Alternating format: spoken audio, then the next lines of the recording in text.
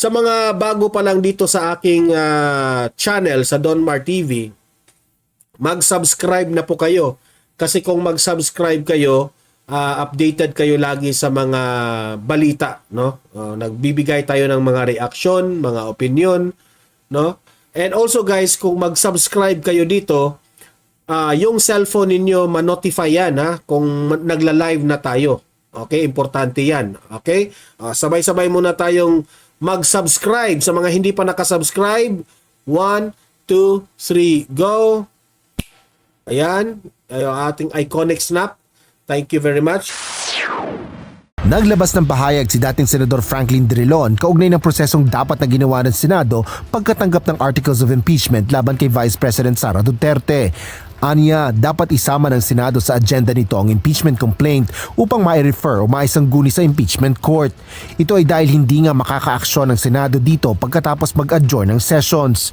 Ngunit kung na-refer ito, maaari nang umaksyon ng Senado bilang impeachment court hiwalay sa pagiging legislative body nito. Remedyo anya dito, maaaring tumawag ang Pangulo sa Kongreso para sa isang special session para magawa ng Senado ang constitutional duty nito na umakto bilang impeachment court upang litisin ang ikalawang Pangulo. Dagdag pa ni Drilon, ang pagtawag sa Kongreso para sa isang special session ay tanging karapatan ng Pangulo na hindi maaaring questionin maging ng Korte Suprema. Kinuwestiyon naman ni Senate President Francis Escudero kung ano ang problema at ano ang mayroon para remedyohan. Iginit ng mababatas na wala silang kaukulang oras para talakay ng impeachment case bago mag-adjourn ng sesyon ng Senado noong Miyerkules. Muli nitong tiniyak na tatalakayin ito sa pagbabalik ng mga sesyon sa June 2 matapos aprubahan ng impeachment rules. Susunod rin anya siya sa batas at legal na proseso, hindi lilihis dito at itatrato itong gaya ng ibang impeachment case. Mariin naman tinutulan ni Senador Amy Marcos ang impeachment trial laban kay VP Sara. Ayon sa presidential sister, ayaw niya ng impeachment, destabilization, revolutionary government, resign at gulo at lalabanan niya ito hanggang sa dulo. Sa dinami-rami anya ng problema ng mga Pilipino kabilang na ang mataas na presyo ng bigas, kawalan ng trabaho, kulang na sweldo at iba pa, impeachment at destabilization ba anya ang solusyon? Nakakahiyaan niya ito at dapat harapin ang dumarami at tunay na problema ng bayan. Sinabi naman ni Escudero na nirerespeto nito ang desisyon ni Senador Marcos. Pero yung gano'ng statement hindi makaka-apekto sa kanyang pagiging impartial or fair as impeachment judge. She was talking of the impeachment process. Not, okay lang naman sabihin, bakit ba? Sana wag na lang. Karapatan niya yun. Okay. Wala naman siyang binanggit o sinabi kaugnay sa boboto sa pabor o kontra dun sa nasasakdal. Pag-usapan natin ito si Drilon, excited sa impeachment. Naglabas ng pahayag si dating Senador Franklin Drilon kaugnay ng prosesong dapat na ginawa ng Senado pagkatanggap ng Articles of Impeachment laban kay Vice President Sara Duterte. Aniya, dapat isama ng Senado sa agenda nito ang impeachment complaint upang ma-refer o maisangguni sa impeachment court. Tingnan mo itong ano na ito. Nung panahon mo, patulog-tulog ka lang. Ngayon, nangingialam ka. Sabi niya, dapat daw sinama na ito sa agenda. Okay? Ng Senado.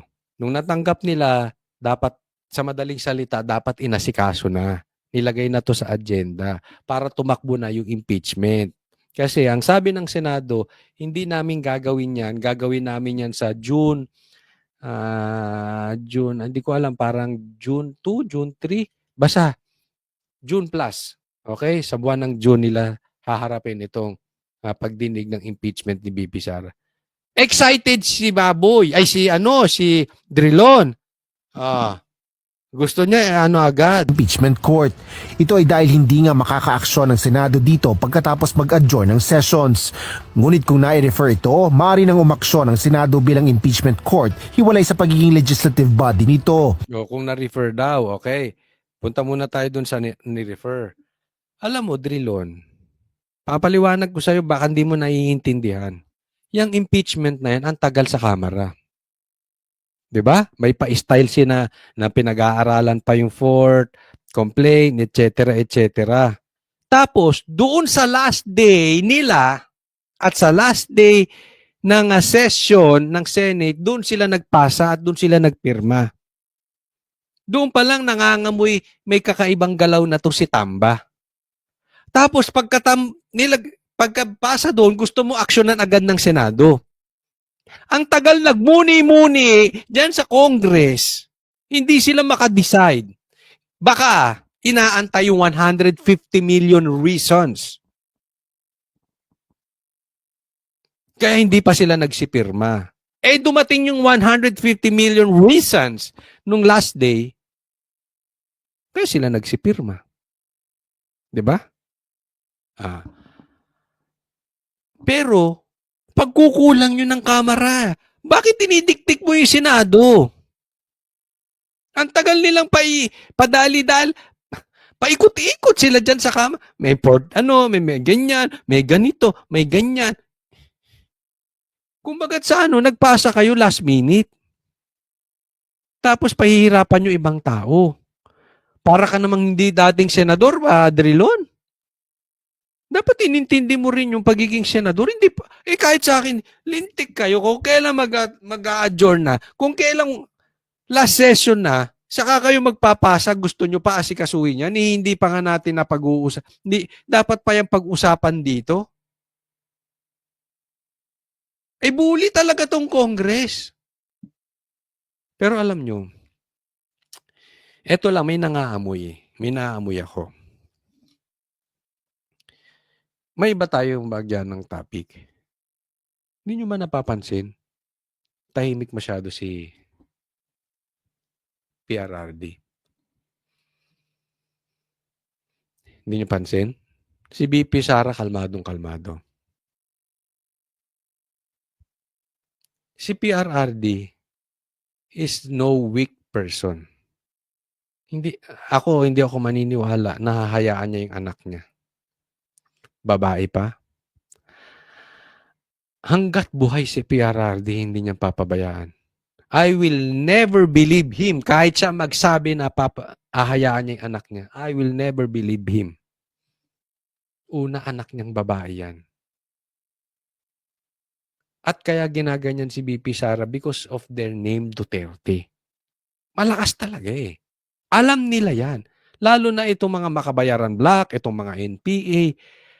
Alam nila. Kaya naggagamitan sila, even the reds, the yellows, the pinks, naggagamitan yan kasi alam nila lakas ng Duterte. That is public knowledge. Everybody knows it. Tapos tahimik masyado si PRRD.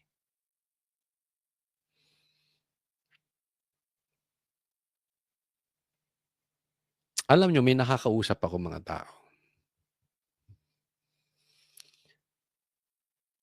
Hindi ko alam. Basta ang sinasabi sa akin, Coach Oli. Sabihin ko ba?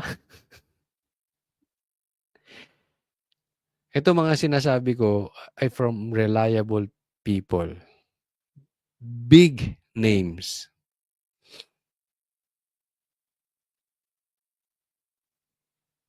I just really hope that something good will happen this quarter, this February or this March. Something good. I really hope. Basta ako, mag-aantay lang. At ako'y laging nagbabasa ng sitwasyon. At lagi kong binabasang sitwasyon ay ang galaw ni PRRD. Yung kanyang katahimikan ay nakakabingi. I really hope sana nga bago matapos ang February. Hindi ko alam.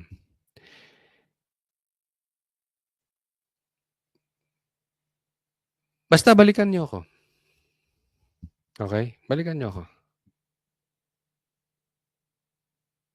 Sana may magandang mangyari sa February or March.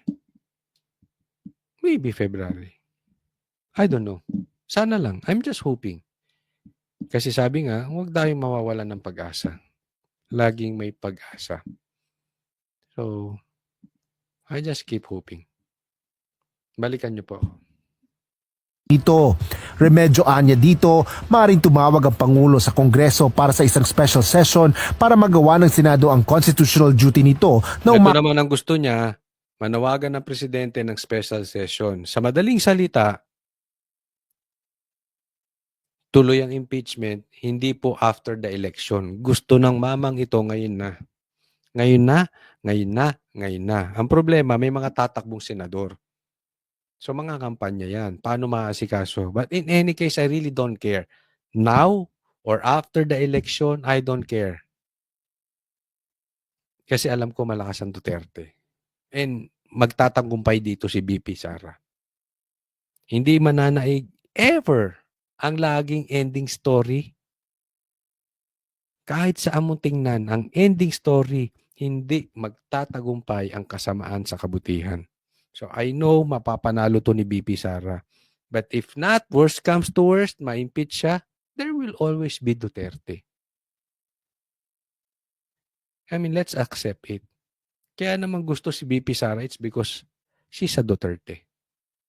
Yes, magaling siya, may paninindigan siya, but still, maraming taong ganun eh.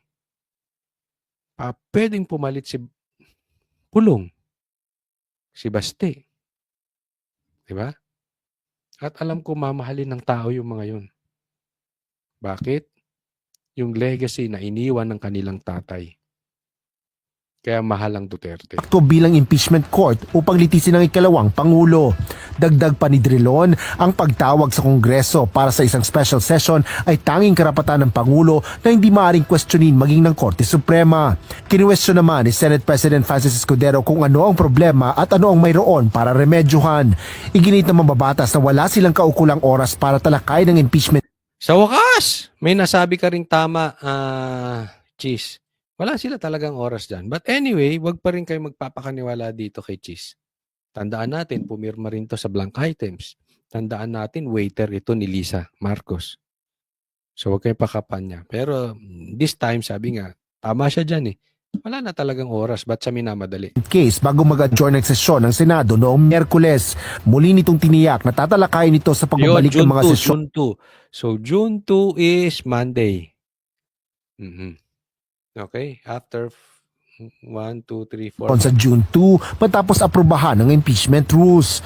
Susunod rin anya siya sa batas at legal na proseso, hindi lilihis dito at itatrato itong gaya ng ibang impeachment case. Mariin naman tinutulan ni Senador Amy Marcos ang impeachment trial laban kay VP Sara. Ayon sa presidential sister, ayaw niya ng impeachment, Ako ayoko kay... Bahala kayo. Sa channel ni Coach Oli, walang pilitan. Ako'y nagdi-discuss lang. Kayong bahala magdesisyon. Basta sa akin, ayoko to kay Amy. Ha? Kasi ito isa to. Ayoko sa sumasayaw sa gitna. Isa ito sa sumasayaw. Until such time you call out for your brother to have a hair follicle test, I don't believe you. Okay? So kung susuportahan nyo, bahala kayo. But as for me, hindi niya kino-call out. So, na magpa-drug test ang kapatid niya. So, para sa akin, hindi ko susuportahan yung... Bulahin mo na sila. Bulahin mo lela mong panot. Hindi kami. revolutionary government, resign at gulo at lalabanan niya ito hanggang sa dulo. Sa dinami-rami anya ng problema ng mga Pilipino, kabilang na ang mataas na presyo ng bigas, kawalan ng trabaho, kulang na sweldo at iba pa, impeachment at destabilization ba anya ang solusyon? Nakakahiyaan niya ito at dapat harapin ang dumarami at tunay na problema. Bakit ang ganda nung sinasabi niya wala akong believe?